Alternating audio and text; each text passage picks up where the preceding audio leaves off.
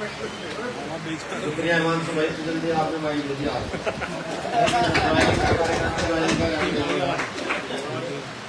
देखिए, बहुजन समाज में जब बचपन मंडासी बीमार के समाज पार्टी के महानुभाव नेता सबको भी दिल की गहराइयों से मेरा बहुत बहुत आभार, धन्यवाद। देखो, हम लोग राजनीतिक लोग तो नहीं है, एक राजनीतिक पार्टी बना लिया आज देश में नाम है, सब चीजें हैं। राजनीतिक लोग नहीं है, क्योंकि राजनीतिक लोगों का राजनीति का मैंने चलन देखा है, जिसमें झूठ बहुत ज्यादा हो, जिसमें द्वेष बहुत ज्यादा हो। आज की राजनीति का मतलब है जिसका द्वेष बहुत ज्यादा हो, जो आपस में बहुत अच्छे तरीके से लड़ाना जानता हो, जाति धर्म के नाम पर चल रहा है। आज के समय की राजनीति वो है, और हम जिस राजनीति को जानते हैं महापुरुष की विरासत को आगे बढ़ाना। ये बात मैं पता नहीं छोटे या बड़े होंगे, कुलदीप भाई तो मुझसे छोटे ही होंगे, तो कुलदीप भाई आज पार्टी ज्वाइन किए हैं, तो मैं उनको ये बहुत स्पष्ट तरीके से बता दूं कि भीम आर्मी आजाद समाज पार्टी जब आप ज्वाइन करते हैं तो आप अपने पुरखों के किए गए काम को आगे बढ़ाने के लिए इस कारवा को ज्वाइन करते हैं। क्योंकि जब राजा सूरजमल का नाम आता तो उनकी कैबिनेट तो नहीं होती थी, लेकिन आज की भाषा में कैबिनेट को तो कहूँ, उनकी कैबिनेट में हर जाति के लोग रहते थे। शेड्यूल कास्ट के लोग भी कैबिनेट में थे, जो सलाह दिया करते थे कैसे आगे व्यवस्था बढ़ेगी। बात तुम्हारा याद करूं, जिन्होंने सामंती व्यवस्था के खिलाफ जूती पहनने का आंदोलन चलाकर राजस्थान में बहुत बड़े पैमाने पर किसान निकाले। बस सर छोटूराम की बात करूं, जिन्होंने स्पष्ट कहा कि भारत को मजबूत करना तो यहाँ के किसानों को मजबूत कर दो, भारत को मजबूत करना। तो ये विचारधारा, ये आंदोलन आप यहाँ आए हैं, तो इस आंदोलन को आगे बढ़ाना होगा। अगर ये आंदोलन हम आगे बढ़ाएंगे तो हमारी राजनीति सक्सेसफुल है, सफल है। और अगर हम अपने आंदोलन के पुरखों के आंदोलन को भूल जाएंगे तो फिर आपका हमारा राजनीति करने की कोई दिक्कत नहीं है। जैसे आज अगर आप एनसीईआरटी के डाटा उठाकर देखें, अपराध का, हत्याओं का, रेप का बड़े पैमाने पर तेजी के साथ अब होता जा रहा है। आज आप अगर देखें किसान आत्महत्या की जगह बड़ी तेजी से किसान आत्महत्या कर रहा है।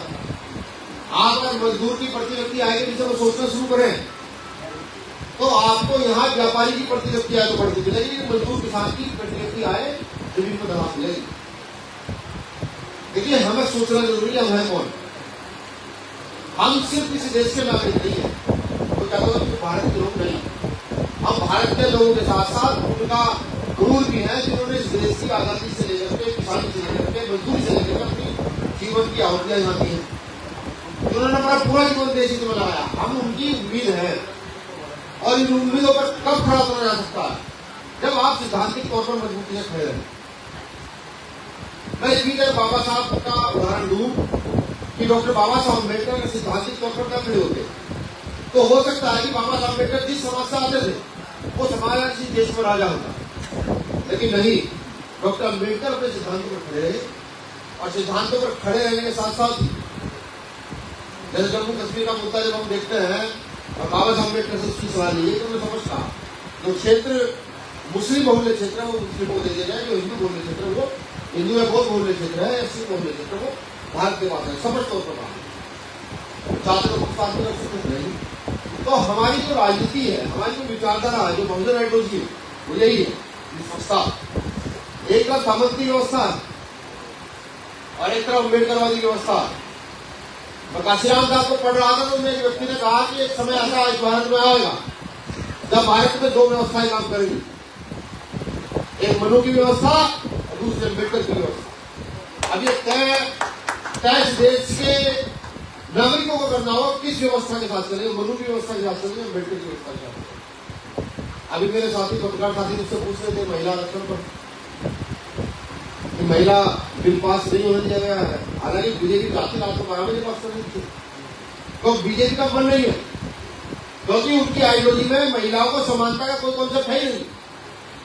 वो बड़े खूब चीखते चिल्लाते रहे, खूब होते रहे। आज सबसे ज्यादा रेपिस्ट बीजेपी के अंदर है, भारतीय जनता पार्टी के अंदर सबसे ज्यादा रेपिस्ट है। आज की व्यवस्था आप देखेंगे, सबसे ज्यादा दंगा कराने वालों प्रथम में किसी का नाम है, तो भारतीय जनता पार्टी द्वारा संचालित, संघ द्वारा संचालित बजरंग दल, विश्व हिंदू परिषद और रक्षा दल, इनका 17 दंगा कराने वालों में नंबर 1 है। बस ये मेरा विरोध नहीं है, नहीं, ये विरोध विचारधारा का। विचारधारा कैसी कि अगर मैंने कोई गलती कर दी तो मैं गलत हूं। जब तक हम इस नीति पर काम नहीं करेंगे इस देश का उत्थान, इस देश की व्यवस्था को बदला नहीं जा सकता। रही चुनाव की बात, देखिए चुनाव 5 साल में कम 8 से 10 बार आता है। एमएलसी के चुनाव आते हैं, प्रधानी के चुनाव आते हैं, जिला पंचायत का आता है, पीडीसी के, यूनिवर्सिटी के, सोसाइटी के, सरकारी बैंकों के, मेंबर ऑफ पार्लियामेंट के, एमएलए के चुनाव आते हैं। हर 5 साल 10 बार चुनाव आते हैं। बड़ा सवाल है कि हम उन चुनावों का बेनिफिट क्या उठा पाते हैं। क्या वही पुरानी लाइन पर चलना है कि एक नेता तैयार हो तो दूसरे नेता की जरूरत नहीं है?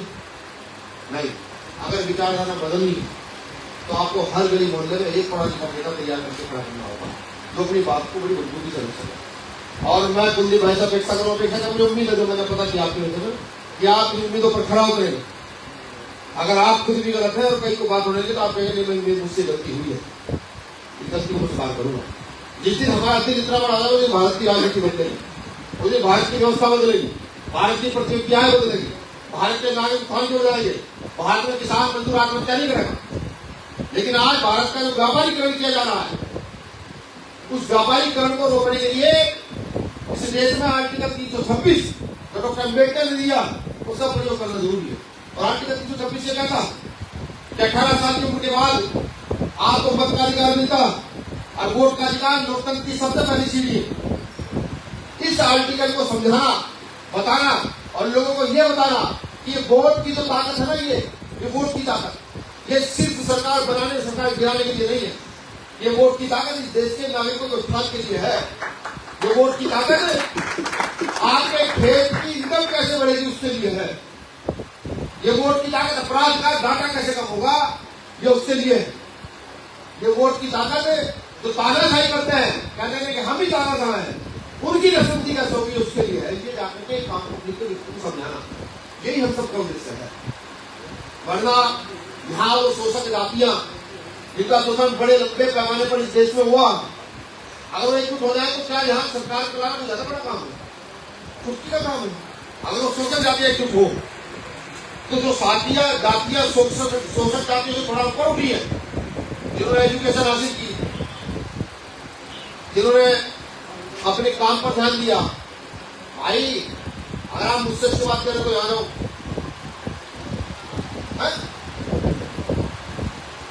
वो शोषक जातियां जिन्होंने उत्थान किया थोड़ा, आज उनका फर्ज बनता है कि जो आज भी शोषक जातियां हैं, बहुत सारी जातियां ऐसी है जो बहुत कम आबादी में रहती है, जिनके बच्चों को आज भी शिक्षा का अधिकार नहीं है।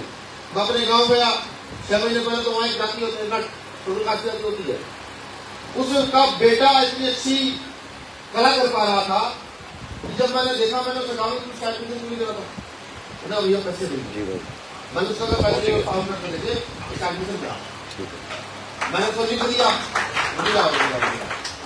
इतने उत्साहित नहीं हो गए, मैंने सोची को दिया। अब मुझे ये नहीं पता बाद में उसने एडमिशन करा नहीं करा, लेकिन हाँ मेरा ये पूरा विश्वास है कि अगर उसको सेक्रेटरी के लिए डाल दिया जाए तो 100% इस देश के लिए समझ नहीं करा सकता। लेकिन इसको सोचेगा कौन, करेगा कौन? क्या ऐसी कमेटी क्या ऐसे लोग देश में हैं जो गरीब मजदूर किसान के बच्चों को भागने वाला पहुंचाने जानते हैं, या सब चीजें सोच पर आधारित होंगी? आईपीएल चल रहा है, कितने किसानों के बच्चे हमारे खेल खेल रहे हैं, ये बड़ा सवाल मेरा है। कितने खेल रहे हैं, कितने बिना पैसों के खेल रहे हैं? क्या मजदूर किसान के बच्चों को क्षमता नहीं है? तो बड़ी दुशारी में ढूंढ काट सकता है ना, तो बड़ी दुशारी को दौड़ भी लगा सकता है, कबड्डी भी खेल सकते हैं, कुश्ती भी खेल सकते हैं। समझिए, भारत की प्रकृति को चेंज करना, ये हमारा आजाद समाज पार्टी भीमार्मी के लोगों का उद्देश्य है। यहाँ की राजनीति को बदल देना, ये हमारा उद्देश्य है। जिस प्रकार साहब काशीराम साहब ने ये हमें बताया कि मजदूर किसान का बेटा भी इस देश का मंत्री, मुख्यमंत्री, प्रधानमंत्री बन सकता है, उसी प्रकार से हम भीमार्मी के लोग ये बताएंगे कि नहीं, यहाँ आदमी कैपेबल है तो बिना पैकेज एमएलए भी वो बन सकता है। ये हमको बताने का काम करें। आज संसदों में, लोकसभाओं में, विधानसभाओं में इन पर चर्चा होनी चाहिए, चर्चा शुरू होनी चाहिए। वहां हंसी मजाक ठटोले चल रही है, अगर आप काम की बात करते तो आपको रोका जाता है कि आप बोलिए मत। और चर्चा होनी चाहिए यहाँ के क्राइम पर, चर्चा होनी चाहिए खेती किसानी पर, चर्चा होनी चाहिए यहाँ की इंटेलिजेंस पर, चर्चा होनी चाहिए यहाँ की सेक्टर पर। चर्चा कहाँ पर होती है? चर्चा होती है वहाँ मंदिर मस्जिद पर, चर्चा होती है भारत पाकिस्तान पर, चर्चा होती है कहाँ भी होगा कहाँ नहीं होगा। समझिए, सोचिए, बाबा साहब अम्बेडकर ने संविधान में पहले रहने की हम भारत के लोग, इस लाइन को समझते हुए सोचिए कि हम भारत के लोग हैं तो भारत को किस तरीके से चलाना है, इसको तय हम करेंगे। एक छोटा सा देश नेपाल, इतना सा देश, कुछ लोगों का दिमाग घुमा, चीजें बदल दी और चीजें बदलते ही सबसे पहले उस चीज की नसबंदी की जिससे कोई भी देश सक्षम मजबूत हो सकता है। सबसे पहले शिक्षा कायदे की होगी, सबको एक जैसी शिक्षा होगी। हम इस चीज चिल्लाकर आंदोलन कर रहे हैं, पिछले 10 साल से हमसे बनी लोग होंगे। हम कहते हैं एक जैसी शिक्षा का तो डीएम का करप्ट का बेटा मेरा आपका बच्चा एक बेंच पर बैठ कर पढ़ेंगे तो किसी की है पता लग जाएगा, बिल्कुल पता लग जाएगा। और जब डीएम का बेटा जिस स्कूल में पढ़ेगा मेरा बेटा पढ़ेगा, मेरा बेटा पढ़ेगा तो वहाँ की शिक्षा व्यवस्था सुधरेगा सुधरेगा। लेकिन जब डीएम का बीएससी का बेटा बैठकर उसी बेंच में पढ़ेगा तो शिक्षा व्यवस्था सुधरेगी भी सुधरेगी। नेपाल ने कर दिया, तो मुद्दा बदल दिया और कहा कि जो हमने ऊंच नीच यहाँ सदियों बना कर रखा हम इस देश के दलित आदिवासी से मांग मांगे। नेपाल में कहा गया, उनकी लोकसभा में कहा गया और भारत में आज भी जाती व्यवस्था। और ये यहाँ आज धार्मिक तौर पर धर्म अपनी मान्यता की समान नहीं आप तय करते, लेकिन इस बाबा अगर कहता है जिसकी मांग करके नहीं जामत की चुनाव जिताकर अंतिम घर बना हो सकता। एक बाबा कहता है जा मैं तुझे पॉलिटेक्निक की डिग्री दिलाऊंगा, नहीं हो सकता। समझिए, कर्म महत्वपूर्ण है, कर्म करना पड़ेगा। ठीक, तो हम उसी विचारधारा के लोग हैं। हम शहीद आजम भगत सिंह को फॉलो करते हैं जो जेल से लिखता है जीवन आस्तिक क्यों। हम तो छोटू राम को फॉलो करते हैं जिनका पूरा जीवन जो है किसान आंदोलन के लिए चला गया। हम डॉक्टर अम्बेडकर को फॉलो करते हैं, हम फुले कलिया को फॉलो करते हैं, हम सावित्री फातिमा शेख को फॉलो करते हैं। और जिस देश में ज्यादा संख्या इन सब महापुरुषों को मानने वाली होगी उस देश को विश्व शक्ति बनने से कोई नहीं रोक सकता। ट्रंप से हमारी दोस्ती मोदी जी ने कराई, लेकिन ट्रंप ने बार बार हमें नीचा दिखाने का काम किया, हर बार। और देखिए हमारी जातियां, हमारा धर्म सबसे बड़े देश है। ट्रंप बार बार कह देता है कि मोदी मुझसे लगते हैं, ये करते हैं वो करते हैं। तो हमें समझना पड़ेगा, हमें थोड़ा सा बुद्धिजीवी होना पड़ेगा। इस देश के नागरिक को बुद्धिजीवी होना पड़ेगा क्योंकि मुझे मुजफ्फरनगर है, अपने में ये पश्चिम उत्तर प्रदेश है, मुश्किल है। मजबूत लोग रहते हैं, बुद्धिजीवी लोग रहते हैं, सोचने वाले लोग रहते हैं, धन से मजबूत लोग रहते हैं।